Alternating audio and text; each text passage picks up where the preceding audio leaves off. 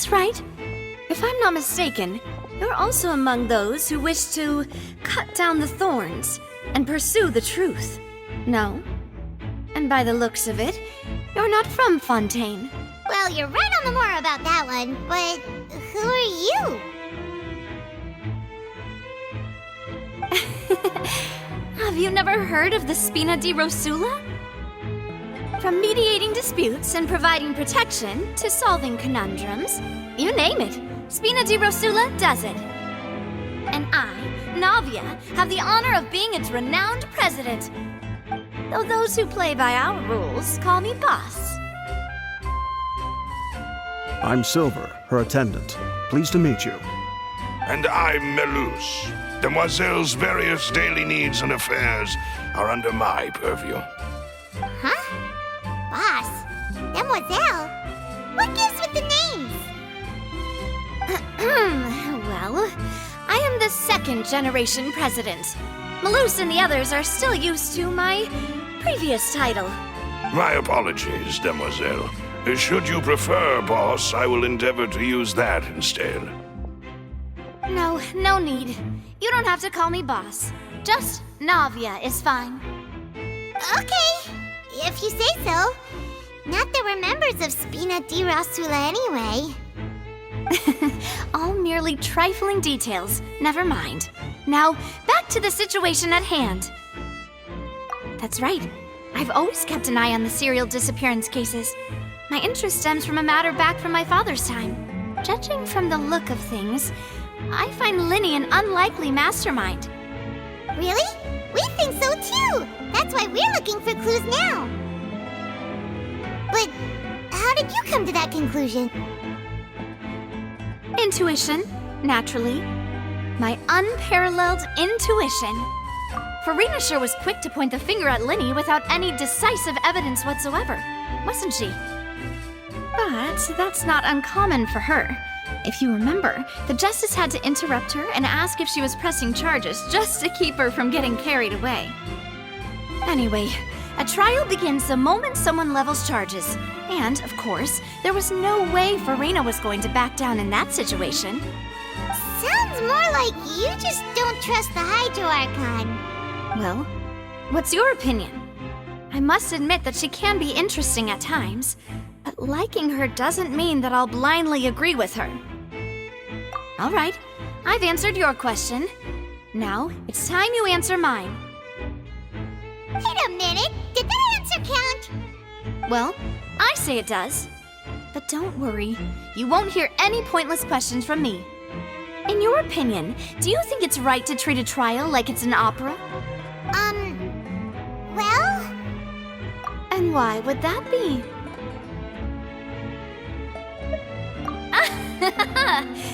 See, Silver and Melus? I told you they'd be different. Most astute of you, Demoiselle. I, too, think that the Traveler's response was most excellent. No matter how wonderful the script or how fervent the audience's expectations may be, the trials that go on stage here must be based in fact. And if that can be done, boss, then... All right, that's quite enough, Melus. Anyway, I like your answer. You pass with flying colors. Now, I need to make some preparations, following which our joint investigation shall commence. You two shall be my assistants. Wait! Since when did we become assistants? Oh, well, I can be the assistant, sure. Or your companion, if you like. I'm really not that fussy. That's more like it. Far be it from me to brag, but I believe that Demoiselle's intuition will be instrumental in uncovering the truth. You wish to save a friend from false accusations, and we wish to unravel the disappearances. In this sense, our goals are aligned. You have a point. You're quite the talker, aren't you, mister? And what about you over there? What do you think? You seem like you've got something on your mind. I have nothing to add. Oh, alrighty then. We'll be making some preparations first. Just be sure to let us know if they start revealing Linny's tricks. Thanks!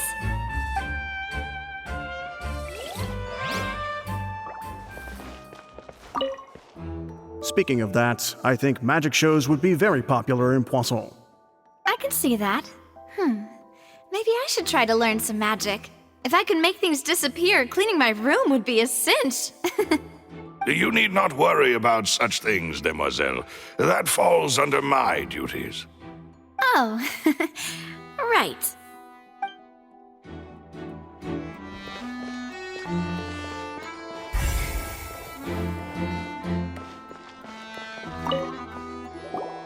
Sorry, but no one can freely enter or exit the Opera House at the moment.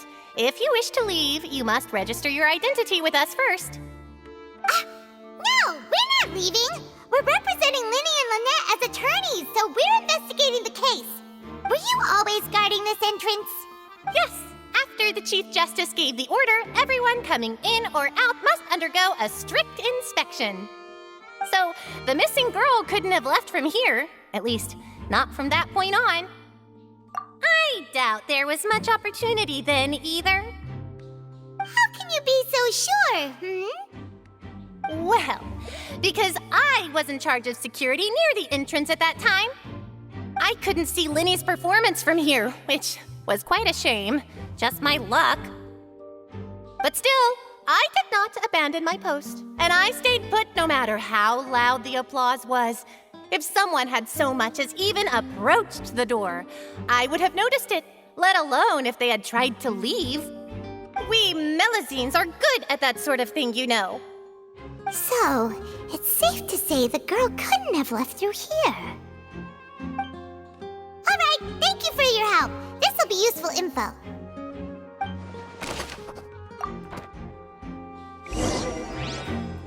We've checked everything of note here at the performance venue. Paimon wonders how Linny's discussion with the guards is going. Let's go see... Understood. Then I will be going with you. Just so you're aware, I will be monitoring your actions and making notes as necessary. Very good. Thanks for being so agreeable. I'd pull a rose out of my hat as a gift for you if I could. You may spare the pleasantries. I'm just doing my job. You've arrived. Who's this? Me? I'm Spina di Rosula's guardian angel. If you've got a problem, I've got the firepower. Sorry, I got a little carried away there. Call me Navia. I'm a partner of theirs, and will be helping investigate this whole situation. And these are my companions. Would you mind if they join as well? Fine by me. Oh, new helpers? I would be most grateful. Well, let's just say we're tagging along. It's not every day you get to see the secrets behind magic performed on such a large scale. I appreciate your kind interest. Come with me. We'll be heading below stage. Huh? Below stage? Yes, a world of secrets is hidden beneath this magic box, prepared specifically for this switcheroo trick. But before I reveal everything, you should have a look first. Notice anything strange here?